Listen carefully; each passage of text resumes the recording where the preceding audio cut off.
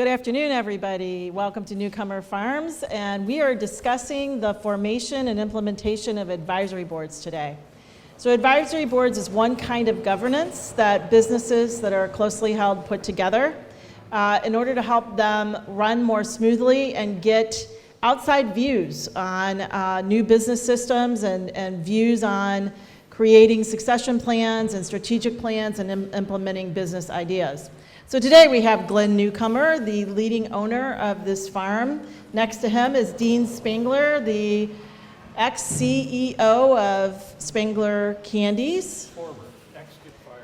Oh, former, sorry. And then I have Gary Smith, who was the CFO of Anderson's, correct?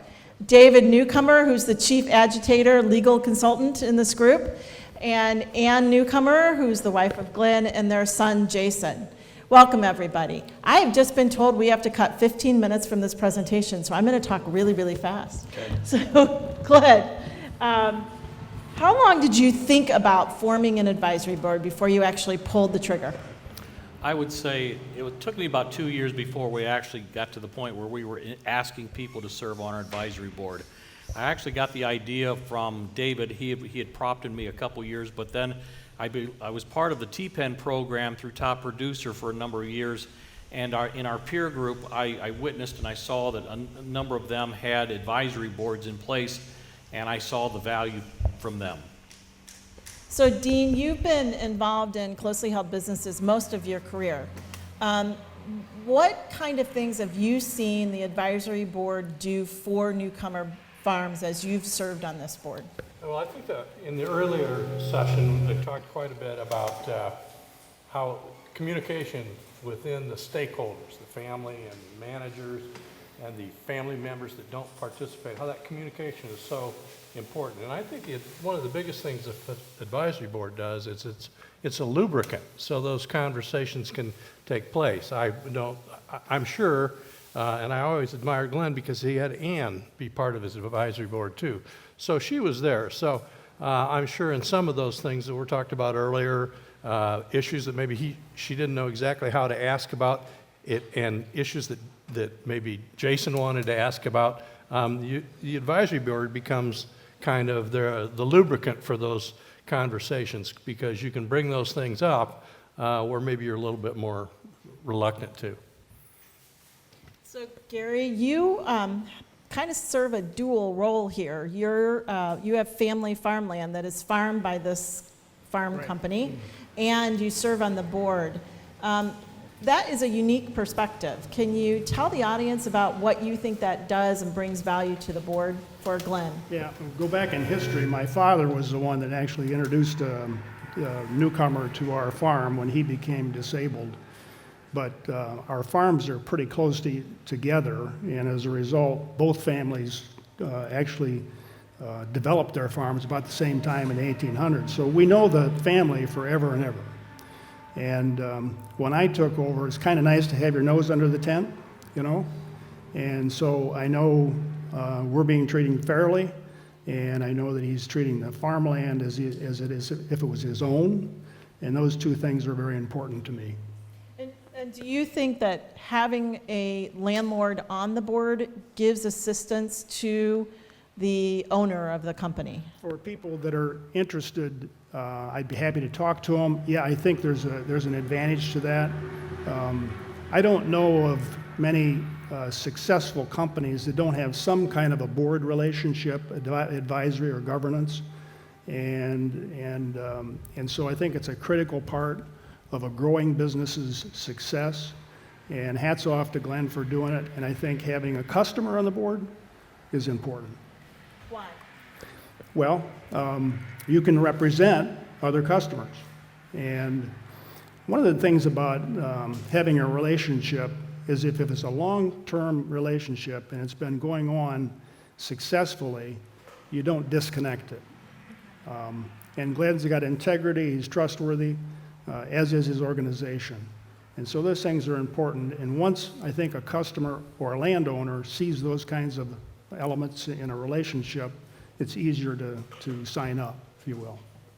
So David, you have grown up in this community, been a lawyer for a while.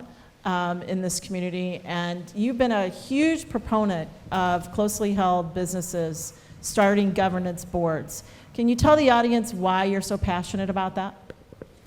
Well, it's just been my experience that if you're running a small business by yourself, you need perspective, you need to have the opportunity to bounce your ideas off of somebody and feel safe about doing it.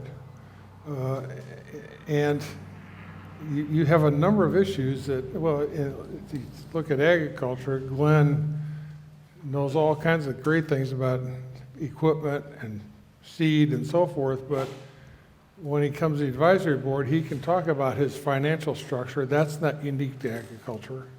The employee problems, as Dean's pointed out, I mean, how you handle personnel, not unique to agriculture, but lots to learn there, and so forth. And in any small business, it's very helpful to be able to, I mean, those problems exist, and it's very helpful to have other people who've encountered them before give you a little of their guidance on what they see.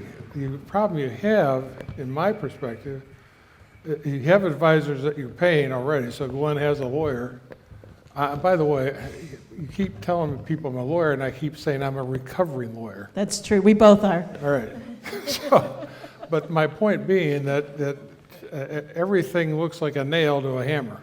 It's human nature.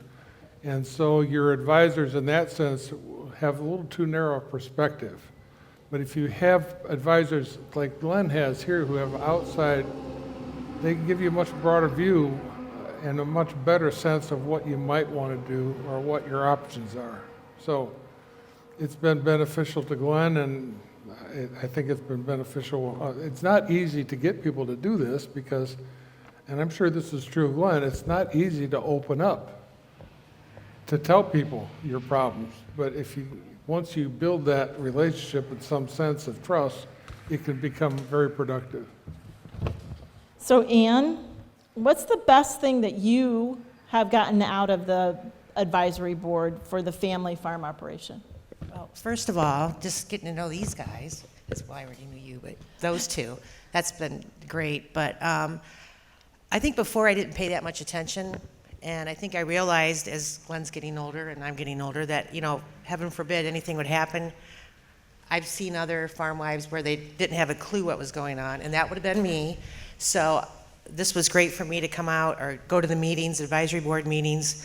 I don't really talk a lot, but I listen and I look at all the reports, and I am picking up stuff. So it's been great in that case. And just to know to have this support, these guys I can go to, and Amy especially. I'm glad we have a woman on the advisory board, so that's been awesome also. If I could point out, at a meeting where we talked about, for the first time, what if something happens to Glen? That was on Thursday, I think. That night, he went out to cool down after a stressful day, and he hit a deer on his motorcycle and wound up being life-flighted to Toledo. And I always thought the irony of that, we didn't get all the whole question answered, but at least we had talked about it. But those are the types of things that an advisory board will say that it's difficult for a family member to say. We actually did that whole What If I Die folder that day and implemented it that night. So it was as if God was saying, this is why you do this work, right? It couldn't have been more apropos at that point in time. And why don't you emphasize what that WID file contains? so What If I Die it's an instructional manual for the family and the management. So it has contingency planning for death, disability, partial disability, any kind of catastrophe like a bad storm, a flood, everything's in there, and it's one place to pick it up. And it has all the information. Here's the lawyer's number, the accountant's number, here's the board member's numbers, here's what you call for this is who's gonna help you with this. Don't talk to these people. If they come a-knocking, shut the door, right? So it really is an instructional manual on catastrophe planning, or contingency planning is what business consultants call it. But more importantly, like that day, Dean showed up and met with the management. What can we do? How are we going to do it? And it was the middle of harvest, so it was a tough time from an operations. And Jason got totally thrown in that year. He was pretty much like, man, boots on the ground, do whatever anybody tells him, and it was pretty smooth. And we all kind of pitched in and helped out as much as we could. Now, I'm not a farmer.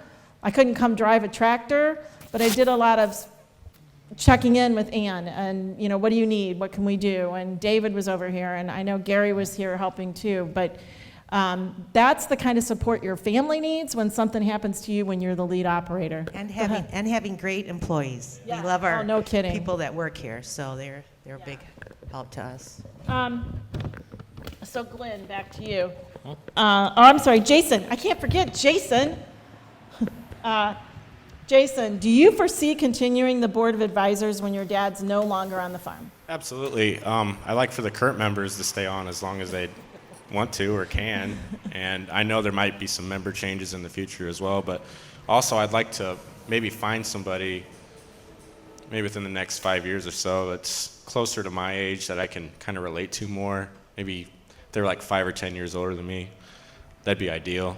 But yeah, I'd like to continue this advisory board as long as I can. David? Jason said something as long as we want to, but I think everybody needs to understand the way you set up a board of advisors. It's got to be clear from the get-go. It's as long as you're wanted there and feel like you're contributing. Otherwise, it's over. And absolutely. And we do at Family Business Consulting Group, we actually do board evaluations, and we recommend terms when we set them up. And the reason is because many board members are retired. And as they get out and they get on boards, they can get more busy and they're retired than they do when they worked because they're serving on so many boards.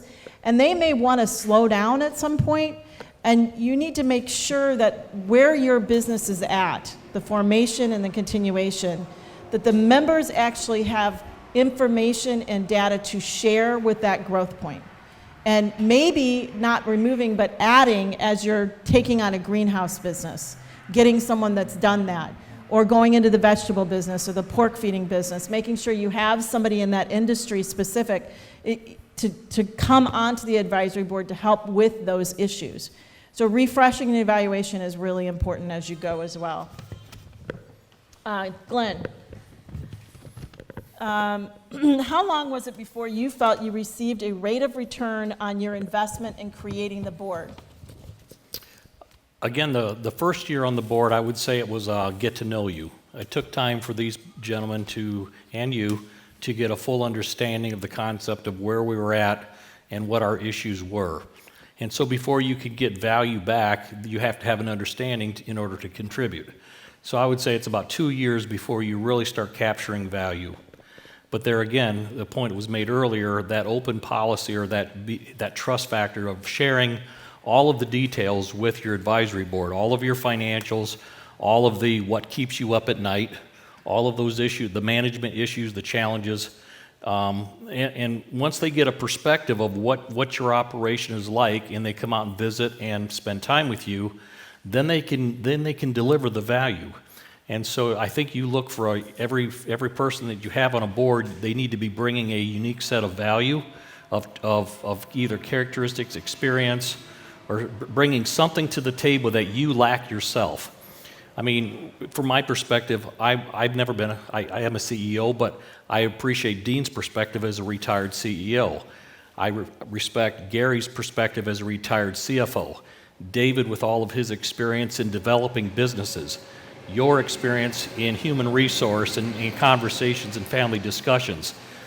And collectively, if we pull that together with the issues that we and our family have, it's a great, the dynamics are very powerful, it's very effective, and the results, whether it's a financial benefit or if it's an organizational benefit or just peace of mind or just having someone that you can go to bounce ideas off of, that I think that's the greatest resource for me is if I have a question, I have a group of people that know what I'm talking about, that in confidence I can share something with them and get an objective answer to any problem that I have.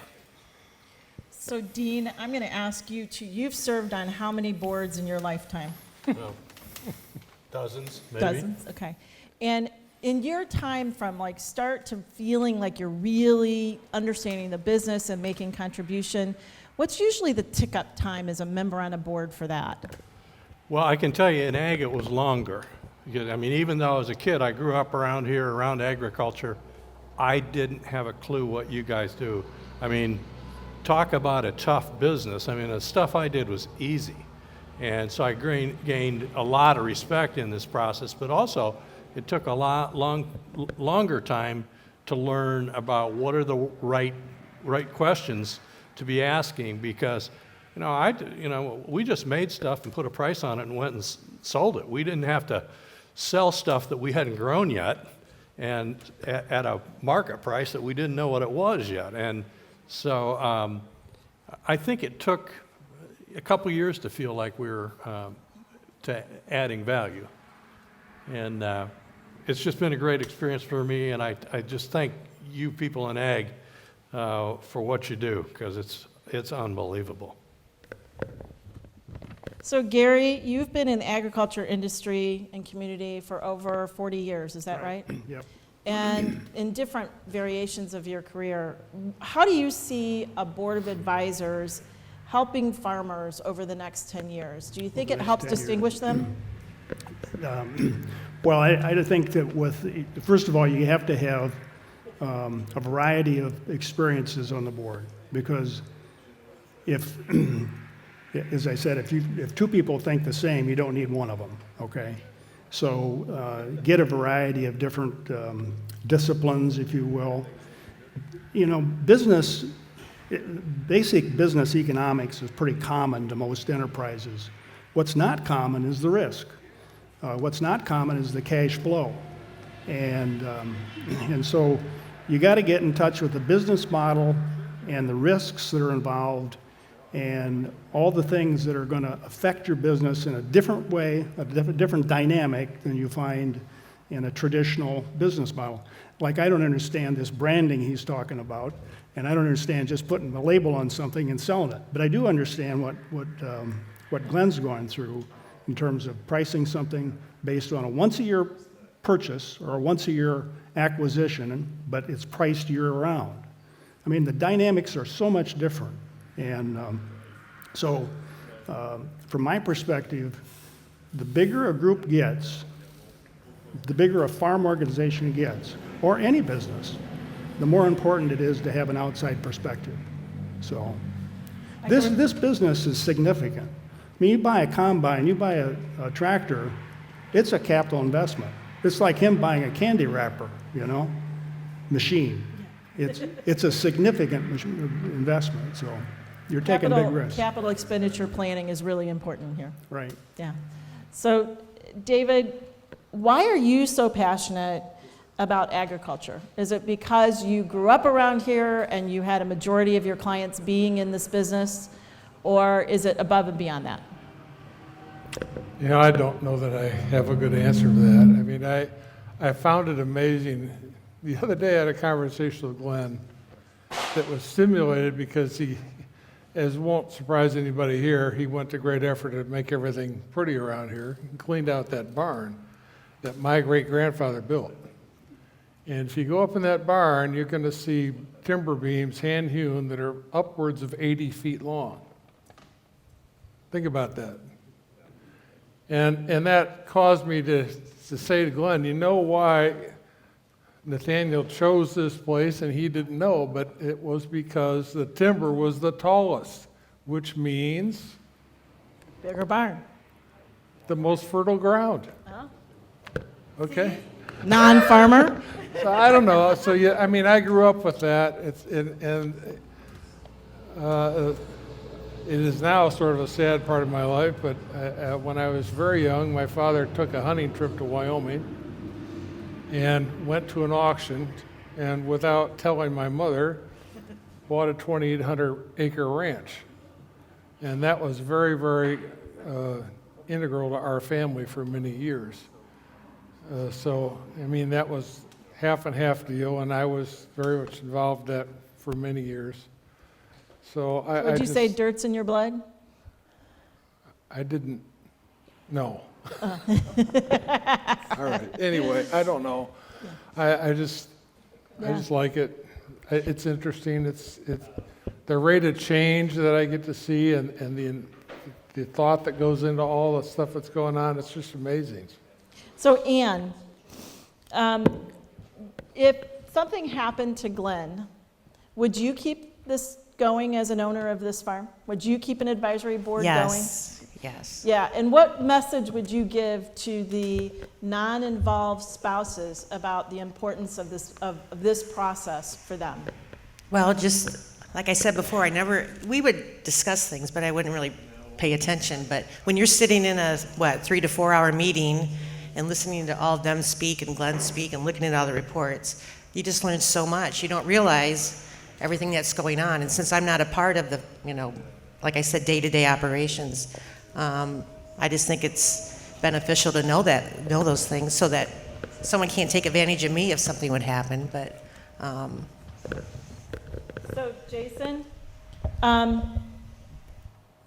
what have you learned from attending the board meetings as the next gen? Like, do you think it's made a difference to you as you're integrating into the farm? No, it's just really making me think about the future, and I don't like. Dad and I share a lot of the financials. He's pretty open with me about everything, so I guess I don't learn anything new on the financial side when we have the meetings, except like if Tyson's presenting something. But yeah. Have you presented at board meetings? Have you done anything in the board meetings and been involved? Yeah, I've showed you guys what I'm working on or projects I've been doing and stuff. We do have a little fun at board meetings, picking on him. We pick on him a lot. What do you think, Jason? Oh, you guys aren't too hard on me. That's good for him. Glenn, is there more you'd like to say? Yeah, I know we could continue talking about a lot of different aspects of the value of an advisory board, but to me, if I wanted to summarize and make a statement, it's probably been the best management decision that I've made in the last 10 years. When I can actually go back and I can equate and put value on some of the decisions that they helped me make, some of the changes we made in our operation, and I can see the full value of it. It helps me sleep better at night. It gives me peace of mind knowing that my wife and my son have a board to go to, and if there was something would happen to me, which obviously 5 years ago we had a close call, but at the same time, I want to have a plan in place for the future. I'm a planner, and I like to be able to work that plan. And nothing just happens by accident, and the best results usually are a result of planning. And this is part of my plan, and I love these guys. They bring a lot of value to the table, but at some point in time, they will be replaced, and that there will be younger talent that will help advise Jason, and I will be the senior member sitting in the background. But for the time being right now, these gentlemen have given me a lot of guidance of what I should be doing right now in this stage in my life. Glenn, do you contact us outside of meetings? Like, we have 4 Yes. meetings a year. How do you use us Yeah. outside of meetings? Even though we get together generally 3 times per year, we're always talking between meetings, having conversations. So if I have an issue I need somebody to give me some feedback on, I feel very comfortable calling my expert in their retrospective area to give me feedback of how I deal with some issues or problems. And Dean and Jason have spent time together a little bit because Dean has come into a family business, and they talk about being the next gen a little bit. Dean, you want to talk about that a little bit? Yeah, I had the good fortune in my career being CEO of 3 companies. All of them had family, connections at some point in time. So I come at it from a kind of pretty holistic thing. And when family businesses get along and work together, there's nothing better. But blood is thicker than water, and nothing is thicker than bad blood. So if you get out of sort in the types of things that I think we help Glenn and his team and his family do, we provide that insulation from keeping the bad blood away. and keeping things positive. And Jason, I just really, I don't know if I go back to my youth or whatever, but he's a very talented young man, and I'm excited anytime I see a really talented, passionate, next generation person want to get involved in the business, because that means, there's going to be a Gen 7. Yep. Well, thank you so much, everybody. Any closing remarks you want to make, Glenn? Well, it's been one of the best decisions I've made, and if anybody ever wants to talk to me about our advisory board, how we set it up, how we compensate, how we develop the agenda, how we just conduct ourselves, I'd be happy to answer any questions at any time. I know we're short for a little time here today, but please reach out and I'm happy to talk about it. Thanks, everybody.